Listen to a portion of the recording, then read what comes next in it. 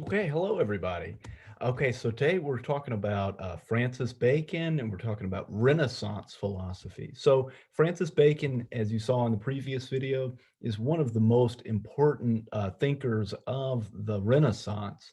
And we get a lot of our philosophy of science from him. So, in order to talk about Francis Bacon, I want to talk about the approach to science in the Middle Ages. So, science in the Middle Ages was largely a study of biology for the most part, right? There was some geology and stuff, and so people were interested in studying various aspects of the natural world, right?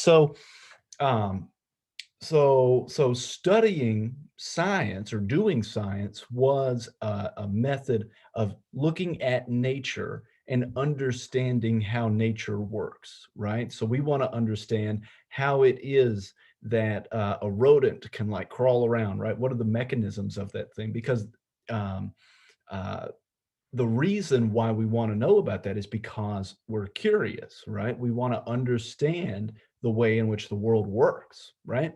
And so um, the other thing is that people in the Middle Ages also want to see how God is reflected in nature. So, given that God has created nature and God has endowed nature with some elements of Himself, right? We can understand, according to the medieval person, various aspects of God's nature through understanding His creation, right? So, this leads medieval thinkers to think that knowledge about the natural world is just intrinsically valuable, right?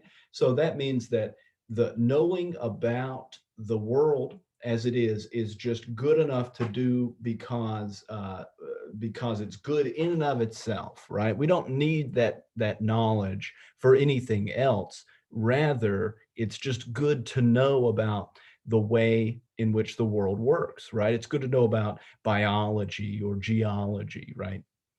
Okay, so fast forward to Francis Bacon.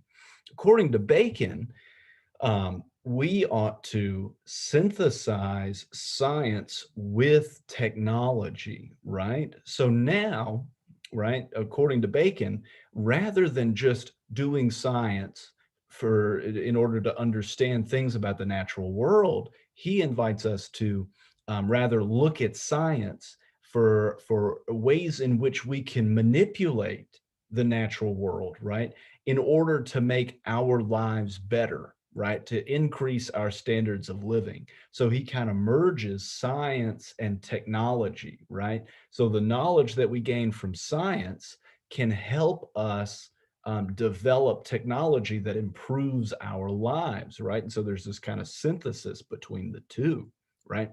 Um, and in turn, we can develop new technologies, right, that help us learn more about science. And the more we learn about science, the more we can develop our technologies. And there's this kind of symbiotic relationship between these two disciplines, right?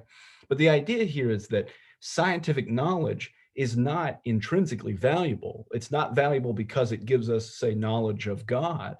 Rather, it's instrumentally valuable insofar as it helps us develop new technologies and it makes our lives easier.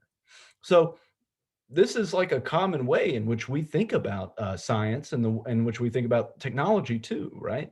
But like, should we be critical of this approach?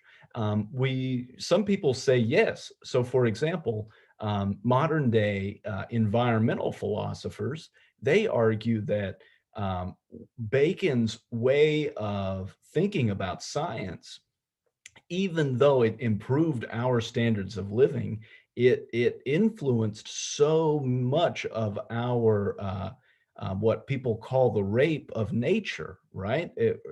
So where we're clearing out forests, right? We're doing all of these things that are really damning to the earth, and those things are problematic.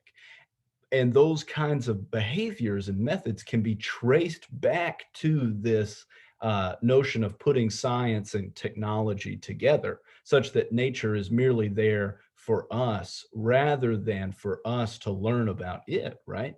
So, We talked a little bit about the medieval approach to science as an intrinsically valuable pursuit of knowledge in which we know God better.